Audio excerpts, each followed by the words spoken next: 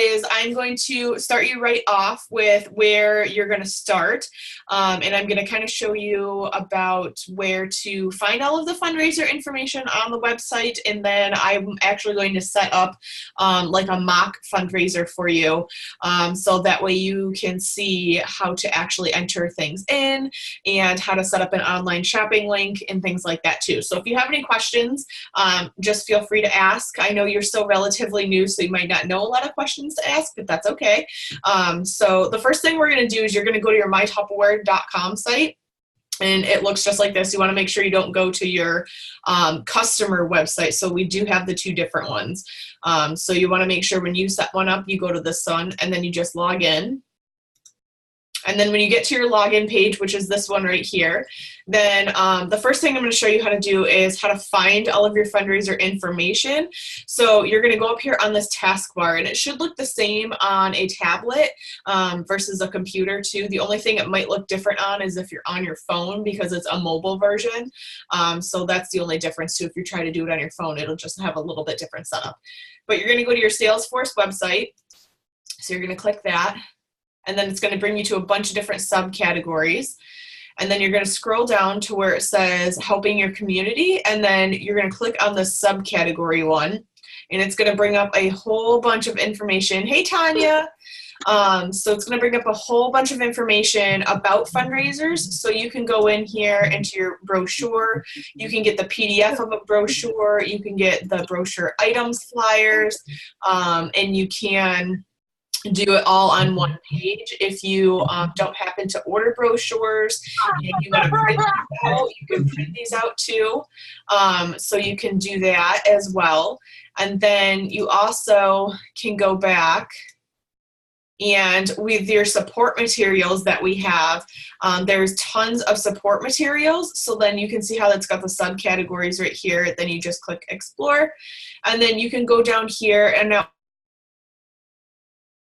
these are so then go in and edit them for your organization. So if you, let's say, I'll just show this one. Now, if you don't have a PDF converter, I think it's called a converter, but if you don't have like Adobe that you can go in and edit a PDF, just download the Word document one, and then you can just print it right from there. But so you want to make sure that you give them a welcome packet. So this is like the thank you letter, and then what you want to do is just go through and edit it. I'll show you, I don't know if you can see it on my screen, but then you type in the organization name, and then you type in all of your information where it says there. And so this is their thank you letter, which is this first one I just happened to click on, that you'll send to them after their fundraiser is complete. You send them a nice little thank you note right in the mail thanking them. And I usually do a nice little personal touch on the bottom, and I usually handwrite something nice about the organization or the person doing it, and just a nice thank you. But you also have different support materials in here that you can go, and you've got a goal worksheet in here. So if you want to make out a physical goal tracking sheet, you can do the number of people participating, the number of orders, and then the percentages, and then you can actually do up a sheet for their goal. You can also do the introductory letter, which is just an introductory of what they're going to get consisting of in the fundraiser, and just a little bit about the fundraiser. There's also a basics chart. I believe it needs to be updated. Yeah, because this one's from 2016. So I don't know if this one's the same or not, but I know there's an updated one on one of the pages on the Tupperware fundraiser group pages, which I will share with you guys in this in the event too, so you guys can go in there with all the flyers and whatnot as well. So the fundraiser gets 40% of the profits, and then we get 60%. For that remaining 60%, we get 25% commission on that remaining 60%.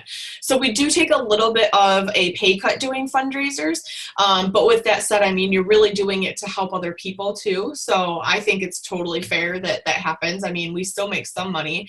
And if you are wanting to do a full fundraiser, you can donate your commission once it comes in for the organization. If you wanted to do 100% proceeds, I have done that before too.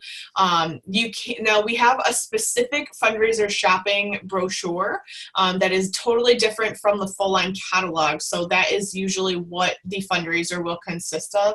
I have done versions where they shop out of the full book and the sales book as well, and then I give them 10% of whatever they sell. So, and then I just take that out of my commission. So if you have a person that wants to do a fundraiser and is really like, I really want to do it out of the full book, that's generally what I do, is I give them 10% out of there, because it's not a specific fundraiser. Does that make sense? Yeah. Okay. So then you also, with the fundraiser too, you can, I don't know if you can still sample the fundraiser items. I know we used to be able to, but I haven't seen the fundraiser samples. I'll have to look around on that. So the customer only pays tax on their item. They don't pay shipping. The shipping will come out of the total profit that comes out of the fundraiser, not to exceed $20. So it's a flat rate of $20 when it's under $400. So that will be, yep, so it's a shipping flat rate of anything over and under $400. So which is really nice that it's that flat rate shipping no matter the cost of the order, and there's no individual shipping either. So a lot of times people tend to order a little bit more with that too. So that's just a little bit of a breakdown of kind of what the fundraisers are about. And you can do fundraisers for just about anything. You can do them for kids' team sports. You can do them for medical expenses. You can do them for travel expenses, anything like that. There are some legal things that you have to just kind of keep in mind if you're doing, like in October, if you're doing like a breast cancer awareness fundraiser, you can't use the exact title breast cancer awareness fundraiser, because it's a trademark one by the American Cancer Society, I believe. So you're not legally allowed to use that name. And there's some, if you get into Girl Scouts and Boy Scouts fundraisers, you have to kind of go, you have to contact their company and their organization to find out the guidelines, because I know Girl Scouts are very strict on some of their things that they do fundraisers for. So just a kind of heads up too, if you guys are looking to do fundraisers for any kids or schools or anything like that, just kind of find out a little bit about the organization, if they have certain guidelines and trademark names that you can use and what you can't use. That's going to be kind of my best advice going forward for that too. So on here is, all of your different paperwork that you would need to give to the event, or the organization. What I usually do is I make 2 copies, and there's one in here. There's one in here that they have to sign. And so when I do the packets, I do 2 complete packets, and then I sit down with them and I have them sign it. Thank you letter. Where did I get it? Support materials. I don't know. I'll have to find it. I can't remember which one it was, but there's one that you have to sign at the bottom, and then I sign one, and then they sign one. So that way I know what they're committing to, and they know what they're committing to. So it has it all in a breakdown. So the next thing you're going to do is, when you go to set up your fundraiser, you're going to go up to your taskbar up here, and you're going to click My Sales, and then you're going to click Place an Order. And then what you're going to do is you're going to go up here and you're going to click Party History. Okay, so then you're going to get to your party history screen where all of your orders are. Now, again, this is my personal one, so you guys are kind of seeing this too. Then what you're going to do is you're going to click up here where it says Start a New Party, but you're going to choose the fundraiser option. And then what it's going to do is it's going to take you to a very similar screen, just like entering in your party orders. So then what we're going to do is we're going to type in the description. So we're just going to type in travel expenses. I don't mind doing a fundraiser for travel expenses. And then you're going to pick your date of your fundraiser. Then you're going to choose where you would like this order shipped to, whether it's the fundraiser or the consultant. Now, what I choose to do usually is, if they're within driving distance, even an hour driving distance, what I will do is I will have it shipped to myself, and I will pack out each and every order, and I will wrap them up in nice gift bags with a thank you card in each gift bag, and then I will deliver it to the organization with some new catalogs too. So that's kind of a courtesy thing that I do in the few that I've done. just because it kind of reflects on you a lot too, because you know, they see that you took the time to pack it out, and you know, it was something that you were actually interested in doing rather than just the sales. So just that little bit could go the extra mile, and you could go to Dollar General or Dollar Tree and get dollar gift bags and tissue paper and things like that. So it can be very inexpensive. I mean, you might spend $10 on everything. So it's just a little tip that I can give you. So then you're going to select the organizational group. So if they have an organizational group, like subcategory, like the one that I started this week was actually for football. Her son got accepted into a football academy with the Buffalo Bills. Now with the legal trademarks name, I didn't want to use the football academy with the Buffalo Bills and stay away from the legal things. So I just did football, and they were travel expenses. So that's just how I promoted it as too. So we'll just click. Let's see which one we're going to do. We're going to do, yeah, we'll just stick with football.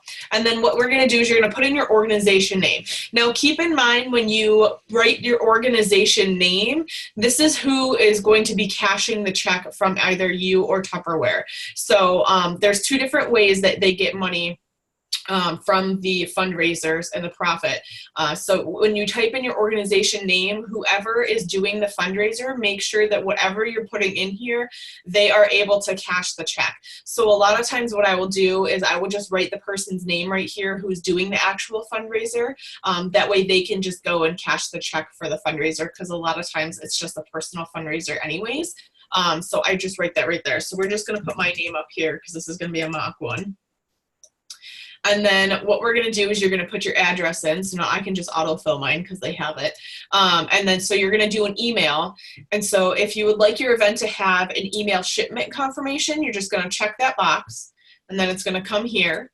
And then with your online links, because you do have online shopping links, so this is different than a normal Tupper Connect link. You don't need a $200 minimum because there's no party benefits with this. There's no hostess benefits. It's a straight out fundraiser. So with your online fundraiser, you want to click that box and then click verify. Okay. And then it'll do that. It'll just say that, you know, make sure your organization name is made to, that they can cash the checks just like I just said. And then you're going to click verify. And then, why did it not do that? I wonder if it's because my email is still on something else. Okay, there it goes. So then what you're going to do is you're going to see this screen. You're going to click next, not verify. I'm sorry. And then you're going to click your Manage Tupper Connect party. And this is very similar to your normal Tupper Connect party links on your actual parties. So they're very, very similar. Then this screen always takes a little bit to load. So I'm not sure why this always takes a little bit longer to load. But then once it comes up, it's going to have you pick a selling mode. So whether it's an individual mode, I believe there's a group mode, and there's another mode. This site takes forever to load. Okay, so we're just gonna wait for this for a second. So while that's doing it, then what you're gonna do while that's loading, I'll kind of walk you guys through this too. So then once you're done with this, you're gonna click next, and now you have the option to do the customer or the fundraiser. So if you want the fundraiser one, it'll automatically ship all of this to the fundraiser, which comes to me. So you can do all of these in one single order. If you're doing an individual customer one and they want it direct shipped, you just click the customer bubble. And okay, so here it is. So before you can actually get the online shopping link, you have to go through this page and choose which option is best for your fundraiser. So now if you are doing a fundraiser for I don't know, for one of your kids for school, and they have a bunch of friends that are doing the fundraiser as well. So what you want to do is that would be considered, I believe, a group seller or teams. So there's different selling modes that you can actually read through. So if you have a bunch of kids doing a fundraiser and you want individual credit for each specific child, then you can choose the mode on here to pick from and then what you want the link for. So there's a couple of different ones. So make sure you read through this before you actually click one, because once you go through it, you can't change it. So now I usually just do the independent one because I don't have a lot of fundraisers that have been done with kids and teams and everything. So this is going to work just like your standard direct shopping link. So you're going to choose your independent mode, and then it's going to take you to this page where it will actually have the referral link right here. So then you just copy and paste it to your event page, or you can send it to your event organizer, anything like that. Then they are actually able to create an account on Tupperware.com, which is your paid website for your customers. They can log right into their fundraiser section, and then they're also going to be able to see all of this. They're going to be able to see their total sales, how much they're in profit, how many orders, how many people they invited, anything like that.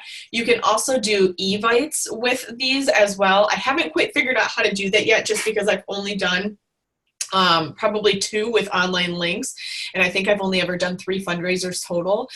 So this is still kind of new to me too. So, but I know you can send out actual evites with this shopping link as well if you have a hostess that, or an organization that has the email addresses and everything like that. So then when you click on this, it should take you to the actual fundraiser. Yep. So then when you go here, it also tells them a little bit about the fundraiser as well. So then you just click Shop Now, and what it should do is take you right to all of the fundraiser section items. So then they can shop right online. And then a lot of times if they want to get the newsletter, then they can fill out this pop-up that just popped up with the newsletter. So then they can go through here and they can see everything that's available in our fundraiser catalog, which is specific to that cause. And they can sometimes get online exclusives on here, and then they just kind of have the pick of the catalog as well too. So then what we'll do is so there's also 2 different ways that the organization will get their money. So now generally what I do is if they don't have an online link set up, I do everything in cash and checks. So no credit cards can be no credit cards can be run on the orders that you physically put in. It has to be a cash, a check, or a money order. Okay. So then the only way that they can use a card is if they shop on that online shopping link. And that works very similar to a party shopping order. The party does not have to be closed in order for their order to ship. It will automatically ship as soon as they shop online and they pay for it and check out. So it will ship separately. So then what happens is all of the profit and proceeds from the online shopping will come right from Tupperware. They will send a check right to the organization, whichever you provide at this address right here. Tupperware will send a check to them for all of the online portion. Then with all of your cash and checks and money orders that you deposited and you place the order for, as soon as you close it, you write them a check for their profit, and it will show right here how much their profit amount is. And then you can go into details and you take their party sales, because Tupperware will send them their e-order sales. So it does break it down right here, and it does do that as well. So the e-order check would come right from Tupperware with anybody that shopped online. So you can do straight online, and then you won't have to worry about handling any money at all. And all the products ship directly to the customer. The organization doesn't even have to do anything. So you can do that option, or you can do the all cash and check and money order options, whichever really, I guess, suits your lifestyle and your organization, whether they're your friend or not, or how close they are within travel distance and things like that too. So do you guys have any questions about anything? It's pretty cut and dry. I mean, it's a lot less complex than a party, and doing all of that. Like, there's a lot less stuff to remember with fundraisers. That's why I said it was probably only going to be a 25 to a 30-minute call, because there really wasn't that much to go over. A lot of it's just basic cut and dry information, and it's pretty easy to find and everything like that too. Okay. So do you ladies have any questions? You covered everything I would have asked, so I'm good. Perfect. Yes, I aim to please. Perfect. Tanya, do you have any questions, my dear? No, ma'am. Okay, I covered it all. Yes, perfect. Okay, so what I will do is I will post up that Facebook group that I think it's called Tupperware 411 Fundraiser group. I think that's what it's called. So I will share that group and you guys can join it. And then on there's a bunch of social media flyers if you want to set up a Facebook event and post individual flyers of things. It's very similar to the products that we have now for like our full line catalog and whatnot. You can access those for the fundraisers. And this fundraiser did get extended until August 30th, just so you ladies know as well. It did not end the 28th, which would be yesterday. yesterday. No, yeah, yesterday. No, what's the date today? The 30th? Yeah, today's the 30th. Tomorrow's my mom's birthday. Oh my goodness, I am so over it. I'm so lost. Okay, so yeah, so it did extend it to August 30th, and then they should be coming out with a fall fundraiser brochure as well too, because they usually come out twice a year. I'll see if actually, you know what? I can actually look and see if we have samples or not for those. I wonder if we do. Current offer. When will the fall catalogs be available? So the fall catalogs usually come out in August, that towards like the middle to the end of August for purchasing, and then they start September, I believe. I believe they start in September. Let me see. Fundraiser support materials. Okay, hang on. I'm going to stop recording for a second. I have to get my